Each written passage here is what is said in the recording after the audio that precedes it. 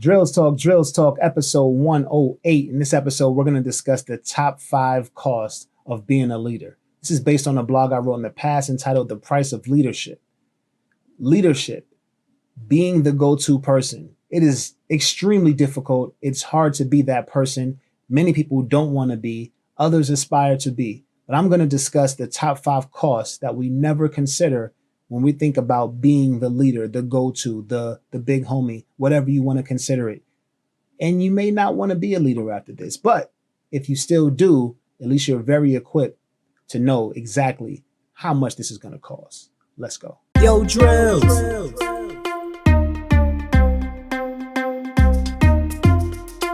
by the great wizard of the new world.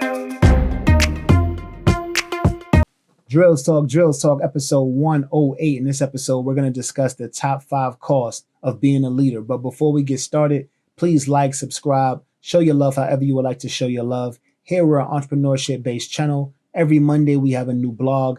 Every Wednesday, a new Drills Talk. And every Friday, I release an instrumental to get your weekend started right. Let's get started. Number 1. Number 1 is dealing with others' issues. Other people's problems become your problem when you're the leader.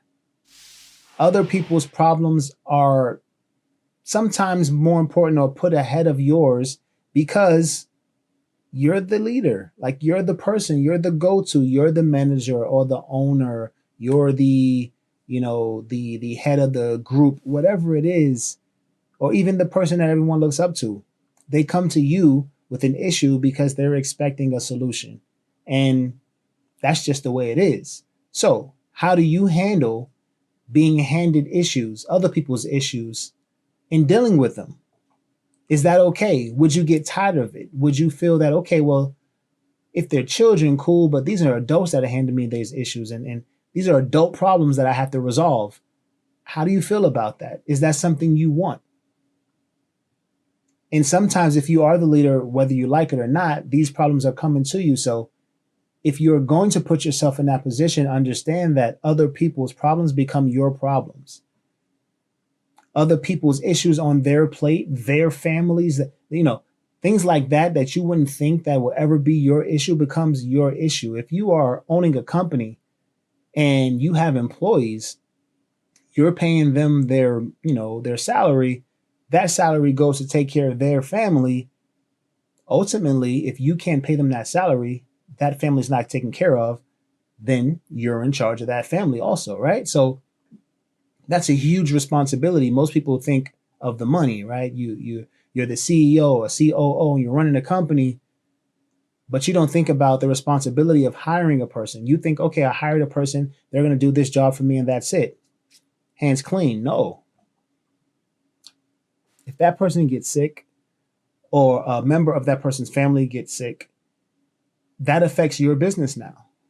Either they can't come to work or you have to be okay with them, not being available or as available as they should be because they have to take care of their family. And that lack will have to be replaced by you, most likely you, or you have to hire another person who is going to give you that same responsibility for them and who they're taking care of. Other people's problems. Price number 1. Number 2 is dealing with your issues. So after you've cleaned everybody else's plate and everybody else is happy and their issues are gone, they don't have to worry about anything, you go back to your plate and it's full. And I'm not talking about with food. I'm talking about with issues. So you have to then handle your issues after you've handled everyone else's. How does that feel? Not always very great. Because the people you helped clean their plate, they're not helping you clear yours. And a lot of the times, they're not equipped to help you clear yours. See, you've taken yourself out of the help zone until you get a circle that are doing like things that are on your level. But a lot of people, when they're leaders, they don't have that, right? So you're in a situation to where you've priced yourself out of being helped by the people around you. So your issues are your issues and your issues only. You look around and you're saying, okay, well, Everyone else is good. I feel good about that. But what about all these problems that I have? Well, you have to figure those out too. So that's price number 2. Dealing with your issues after everyone else's have been resolved. You've, put an ease or put everyone around you at ease. And now you can look at it to like, okay, well, now I have time to focus on this because everyone around me, everyone I'm responsible for is cool. But the reality is, everyone who's cool now, they're not picking anything off your plate. So you got to remember that. Your issues are your issues only. Number 3. Number 3 is being the hero and the villain. So when you're in position to help somebody and they know you're in position to help somebody and you say no, you're the villain. Because it may be a legitimate no.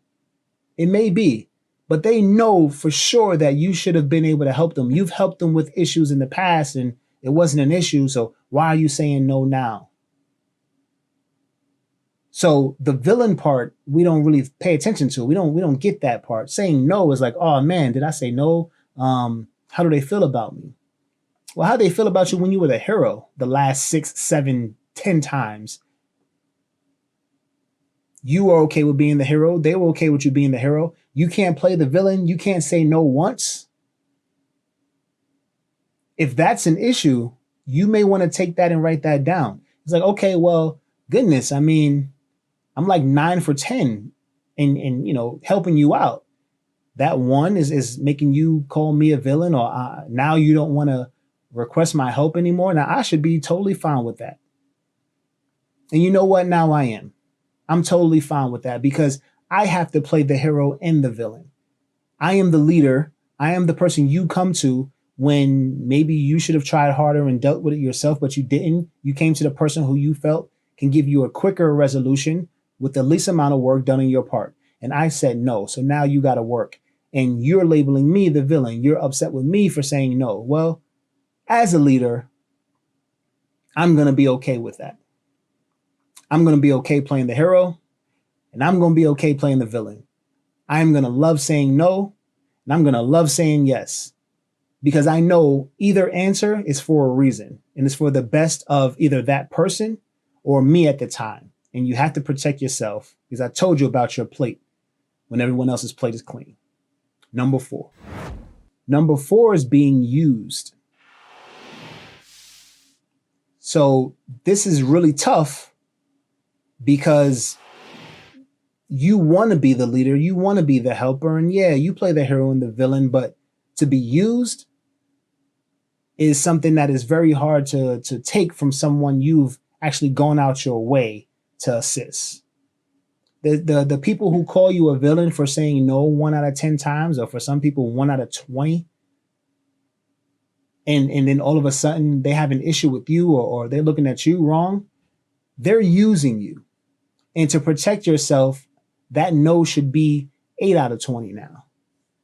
4 out of 10 now. They shouldn't know for sure that you're going to say yes when they reach out to you, because they're using you. They're expecting that yes. And 95% of yeses is too much for a person who's going to use you. And if you help a person enough, they should want to not need your help in the future, at least to show their gratitude. If they can't show it in another way, they can't show it monetarily. They can only show it by not needing you as much, seeing that, okay, well, you helped me out of this jam last time. So let me show you that I can try myself and maybe take something off your plate, which is everything on everybody else's plate too. And that's my way of giving back. And that's cool. But there's some people who could care or couldn't care any less about how much you got on your plate. They didn't ask you what was going on in your life. They didn't ask you if, you were sacrificing a little too much to help them. No questions like that have ever come your way. Yet they're taking and taking and taking and taking and taking. And the minute you say no or call them on their taking and lack of giving and lack of showing improvement, then you're the villain and they have an issue with you. They're using you. And you should have no ill will about getting rid of people who are using you. As a leader, you're making a leadership decision and saying, you know what, I'm okay with that person maybe not being okay with me for the sake of me being okay in the future. So I don't need people using me. I want to help people out of the goodness of my heart.